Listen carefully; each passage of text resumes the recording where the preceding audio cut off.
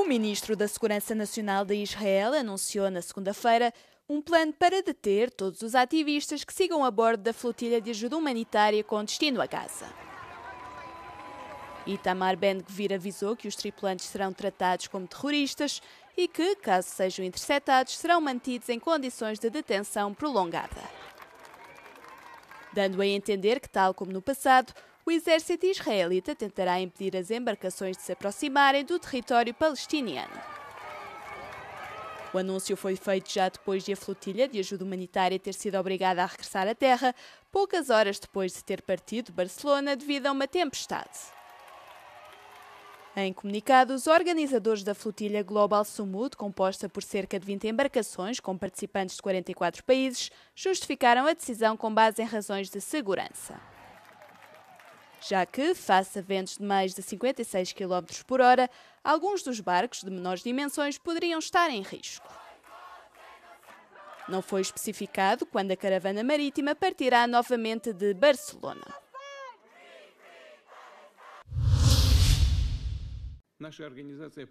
O presidente russo culpou o Ocidente e, em particular, a Europa pela guerra na Ucrânia, pelo que apelidou de provocações que teriam levado Moscou a retaliar. As declarações foram proferidas por Vladimir Putin no âmbito de uma importante cimeira realizada na cidade portuária chinesa de Tianjin.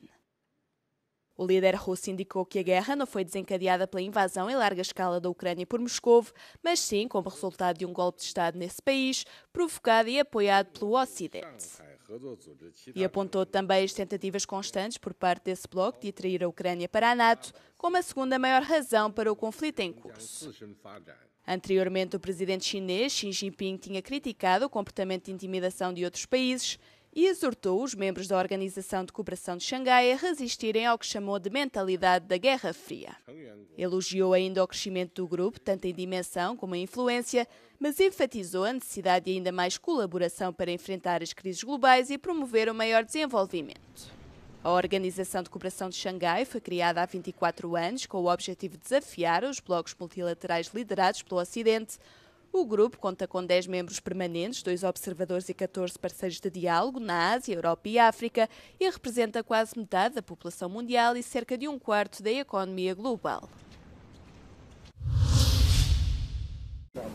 A presidente da Comissão Europeia e o primeiro-ministro polaco chegaram à fronteira entre a Polónia e a Bielorrússia no domingo, onde discutiram questões de segurança e defesa. Ursula von der Leyen garantiu nesse momento a Donald Tusk a total solidariedade da Europa com Varsóvia enquanto país da linha da frente.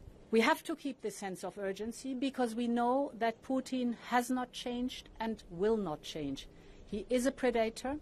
He can only be kept in check through strong deterrence, and therefore we have to be coordinated, precise and fast with the surge of our defense posture in the European Union and specifically in the frontline state. Von der Leyen acrescentou que, enquanto país que na Europa mais gasta no setor da defesa, a Polónia será a maior beneficiária do programa de empréstimos SAFE. A sua visita à Varsóvia faz parte de uma digressão mais ampla pelos países da União Europeia que fazem fronteira com a Rússia e a Bielorrússia, incluindo Estónia, Lituânia, Finlândia e Letónia, mas passando também pela Bulgária e Roménia.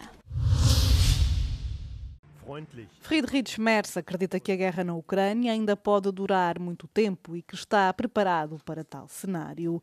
Para o chanceler alemão, terminar o conflito rapidamente à custa da Ucrânia não é uma opção. Numa entrevista à emissora pública alemã ZDF, Merz disse que não perdeu a esperança num cessar-fogo, mas diz que não tem ilusões quanto ao desejo de Moscou de terminar já com o conflito. Also ich stelle mich innerlich darauf ein, dass dieser Krieg noch lange dauern kann. Wir versuchen ihn so schnell wie möglich zu beenden, aber ganz sicher nicht um den Preis der Kapitulation der Ukraine. Denn man kann den Krieg morgen am Tag beenden, indem die Ukraine kapituliert, aufgibt und das Land seine Eigenständigkeit verliert. Nur dann ist übermorgen das nächste Land dran und dann sind übermorgen wir dran. Das ist keine Option.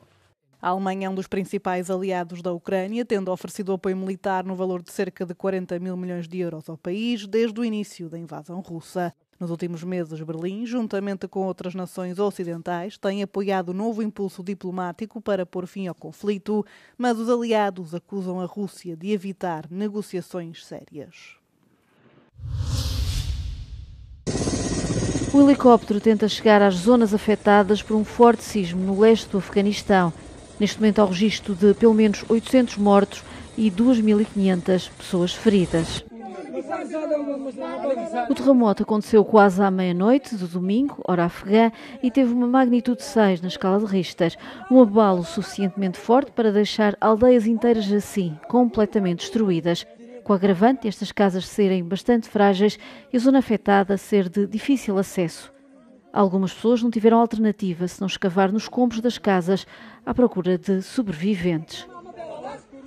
O número de feridos tem vindo a subir ao longo do dia, com constantes atualizações por parte do governo talibã à medida que prosseguiam os trabalhos de resgate.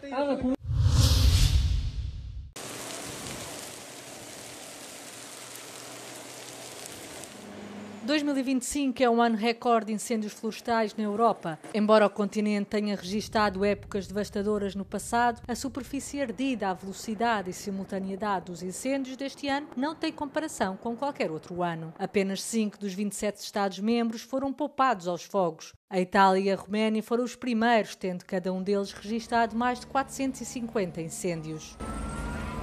No entanto, os países que mais sofreram danos não foram necessariamente aqueles que declararam mais incêndios. Desde dia 1 de janeiro, 3% de Portugal, 2,3% de Chipre e 0,8% de Espanha foram destruídos pelos fogos. And a lot of the fires that we've been monitoring and observing are occurring where the climate anomalies show that it's much drier than average and where it's warmer than average.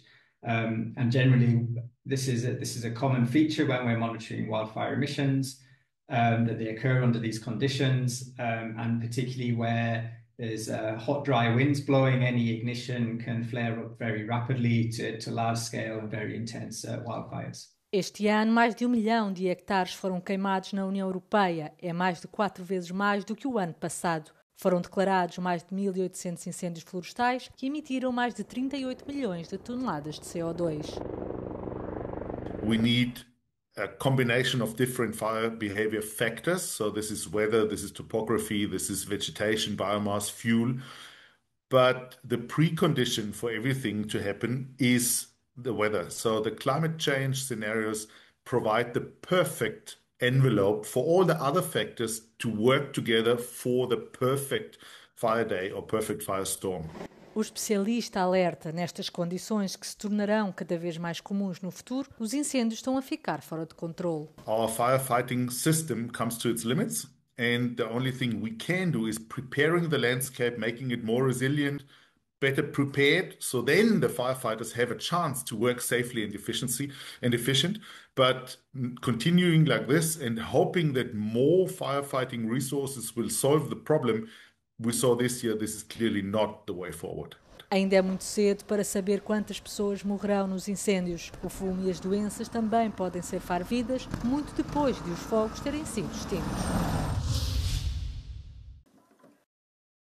Está em curso no norte da Roménia um esforço notável. Um punhado de voluntários está a trabalhar para salvar uma igreja gótica que data de há 6 séculos. A igreja está em avançado estado de degradação e é salva através de uma campanha de angariação de fundos por parte de um grupo, nas suas palavras, de todos os que amam o património cultural da Transilvânia. Os voluntários da Associação Petrus Italus Trust iniciaram os trabalhos de restauro, começando por tratar das telhas do telhado. Am apelat la o soluție mai interesantă, o campanie de strângere de fonduri prin care fiecare donator care donează 30 de lei pentru o șindrilă poate să-și inscripționeze numele pe șindrila donat. Os voluntários trabalham numa rotação de turnos de uma semana. Atualmente há 17, na maioria estudantes de arquitetura de todo o país. Era frumoasă pentru noi, pentru tineri. Vineam aici la biserică să văd, mai ales de Ramu, Mihail și Gavrila. Estima-se que sejam necessários cerca de 30.000 euros para concluir os trabalhos de restauro. O dinheiro deve vir maioritariamente de donativos. A pequena igreja é um exemplo de colaboração interreligiosa. Ao longo de 6 séculos foi católica, luterana e depois ortodoxa. Russian propaganda is overtaking legitimate news in the Czech Republic. A new report claims that disinformation websites in the Czech Republic publish around 120 articles a day, outpacing its main reliable news outlets. Czech media company Voxpot teams up with an IT association called Druid to analyse 360,000 publications across 16 platforms over the past 25 years. The investigation revealed that disinformation servers in the country churn out more articles every day than the largest Czech media houses, often doing so covertly with Russian money or funding from entities close to Russia. Voxpot said that roughly 10% of the articles were direct translations of pieces from state-owned and state-controlled Russian outlets such as Sputnik and RT, or other websites linked to the Russian propaganda machine. The EU has banned these media platforms since Russia's full-scale invasion of Ukraine in February 2022. The report notes a common tactic that Russian propaganda campaigns often employ in Europe. As election time approaches, the amount of disinformation ramps up. The Czech Republic is due to hold its parliamentary elections in early October, and Voxpot says that around 4,000 misleading articles are published per month, the highest rate in history. Some of the misleading headlines include the supposed bankruptcy of Ukraine, allegations that Italian Prime Minister Giorgia Meloni was spotted taking cocaine, and accusations that Brussels will interfere in the Czech elections. Ultimately, the goal of such headlines is to try and muster distrust in Western democracy and political leaders, and to try and generate a more positive public opinion towards Russia.